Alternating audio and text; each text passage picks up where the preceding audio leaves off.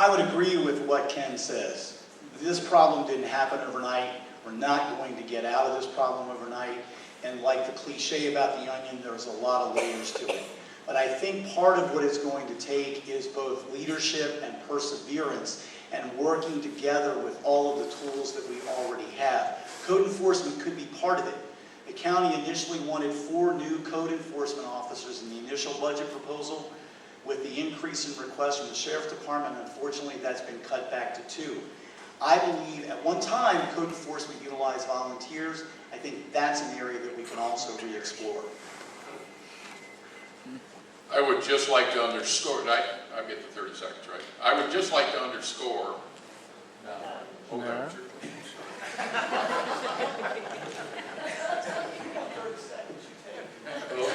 Okay, I was getting a little lost down here as well. Mr. Littlefield, Pasco's unemployment rate still lags where it was before the Great Recession began. In fact, it's probably the highest in the Bay Area. Moreover, if we are anything like the rest of the nation, your constituents who have kept their jobs haven't seen much in the way of raises, and those who have taken new jobs are earning substantially less. In light of that, describe your level of support for the upcoming budget as proposed, which will cost property owners more while adding to the county's payroll. These workers that have gone through several years without raises, now that we are on the uptick, we are beginning to rebound in Pasco economically. And I think that those people who have stayed with us, those people who have continued to work without those raises, I think that they deserve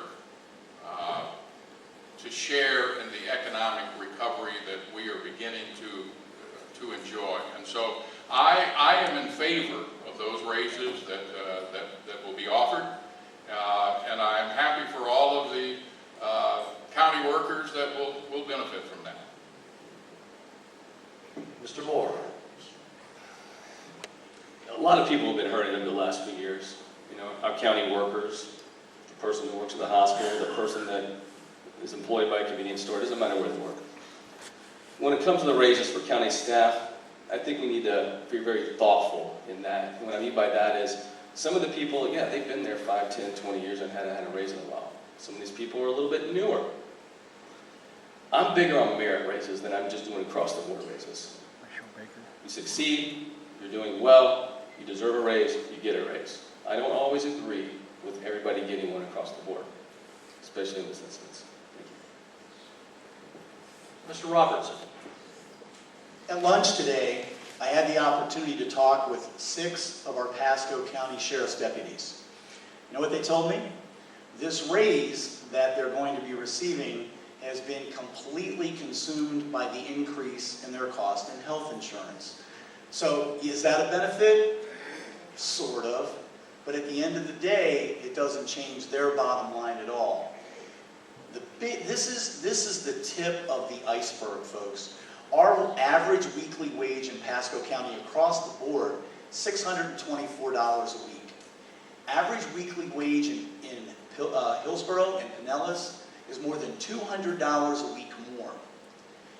If you can live in one county and make 30% more driving down the road to go somewhere else, most people are going to do that. And that's exactly the problem that I alluded to earlier, talking about the situation with our sheriff's deputies. So, and I'm out of time. Thank you. Mr. Littlefield, 30 seconds. All right. What the heck? Thank you, I appreciate it. And you talked about county employees, and I think you were talking about county staff versus fire rescue and the sheriff's department, were you not? That's correct. There are plans in this year's budget to add personnel to county staff, not having anything to do with fire rescue or deputies. And in fact, the question that I thought that I was asking had to do with the private sector. You have people in the private sector who have not seen raises in 5 years, who are in fact earning less than they were 5 years ago, or who have been forced to take other private sector jobs and are earning, if the numbers are right, 23% less on average than they were when they had their previous jobs.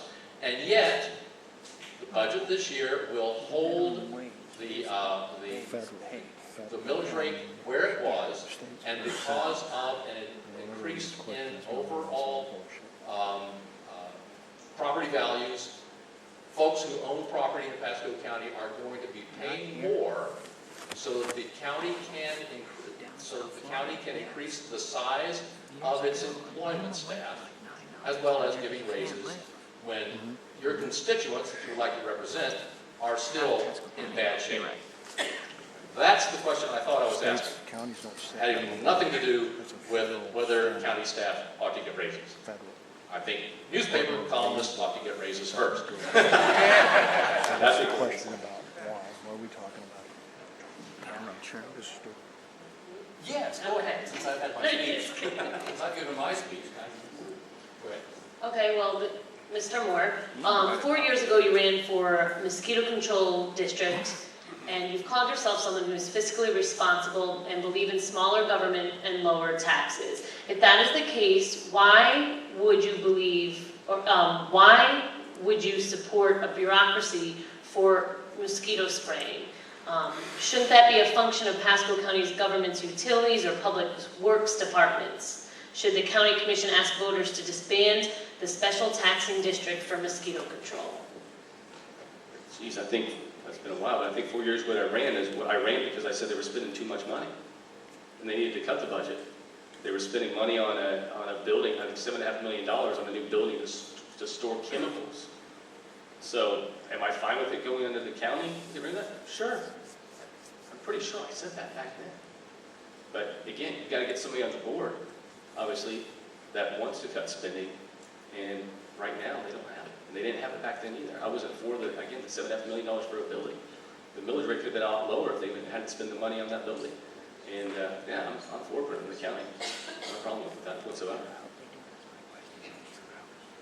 Mr. Robertson?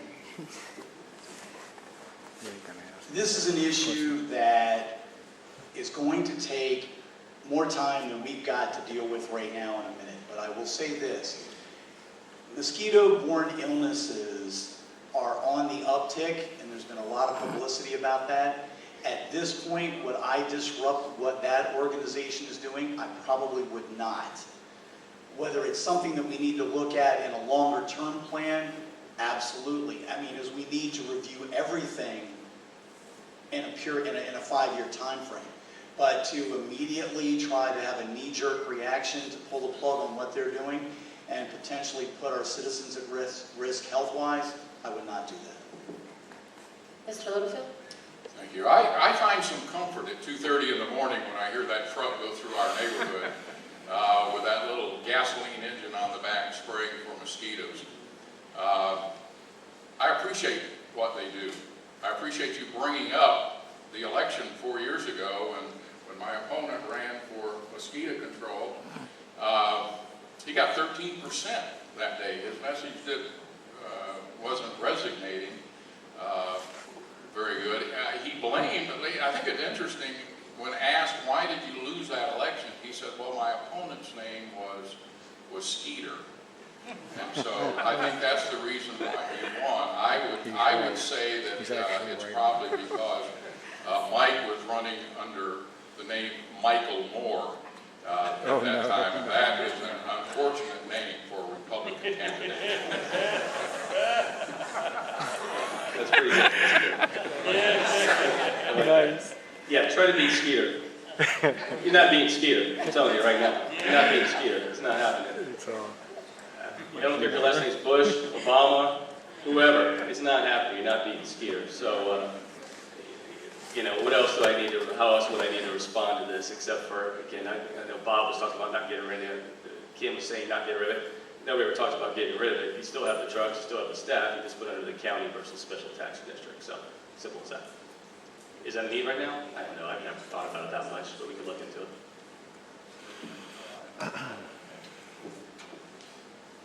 Well, thanks a lot for that. We're coming to the end of this session here. We're trying to stick on time to keep everybody out of here on time. But so thanks again to Mr. Littlefield, Mr. Moore, Mr. Robertson for answering those questions and sharing your stances with us.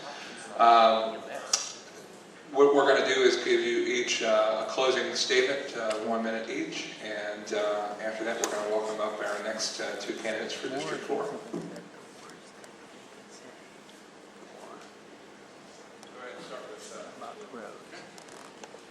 Rather than taking my minute to tell you something about me that you may already know, let me talk about one of our candidates about something that you may not know.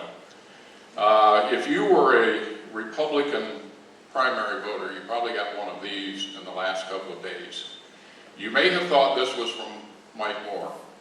It is not. There is nothing on here that says that he approved it, that he paid for it. This comes from a third party.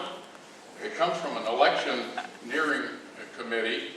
Did it come from Land O'Lakes or Dade City? No, it didn't even come from Pasco. It came from Tallahassee, from a group that wants to make sure that Mike Moore is elected, and either Mike or his consultants, who are also lobbyists, have convinced these people that to elect Mike Moore would be in their best interest. Look for it. Can I see it? I haven't seen it yet. That's great. It's a good picture of me, Under actually. electioneering communications is not allowed to have. Let's talk about something we didn't talk much about tonight. Let's talk about jobs. You know, one of the things that's going to help this county is bringing more high-paying, secure jobs to Pasco County. You know, for far too long, so many of our residents here in Pasco County have been leaving the area every day just to travel to Hillsborough County, Pinellas County, or even in Orlando, just to make that long commute home in the evening. And we're losing some of our best and brightest, our youngest best and brightest, because after college, they're not coming back to Pasco County because the jobs aren't here. So when we start bringing more high-paying, secure jobs here to Pasco County, we can have a strong economic foundation to build upon for years to come. And that means we're going to have some of the things that we need, and some of the things that we want here in Pasco County too, without having to ask you, the taxpayer, to raise more taxes. So if you're looking for somebody that's going to bring fresh ideas to the table, somebody has a vision for the future, and somebody's not stuck in the policies of the past that haven't worked, you'll vote for Mike Moore on August 26th. Thank you very much. So have you made up your mind yet? Which employee would you like to hire? At our first candidate forum in March, Mr. Jackson, who was now third time around moderating a conversation between the three of us, and thank you, but I think you've lost your mind continuing to want to do this all the time. But I appreciate what you've done. It's always fresh and exciting. Absolutely. He asked me at that first debate why I had pledged not to take money from developers. And I said that when I sit on that dais, I want each of you to know that I am there looking out for your best interest, not for people that may have put thousands of dollars in a campaign spending account. So ultimately, folks, you've got to decide, who is it that you want looking out for your best interest over the next 4 years? I hope that I have had the opportunity to share with you why I believe I'm that employee, and I look forward to working with you. Please vote Bob Robertson on August 26th. Thank you. Very good. You want to tank this for the next week? Thanks a lot to everyone here. And your battery. Yeah, stop.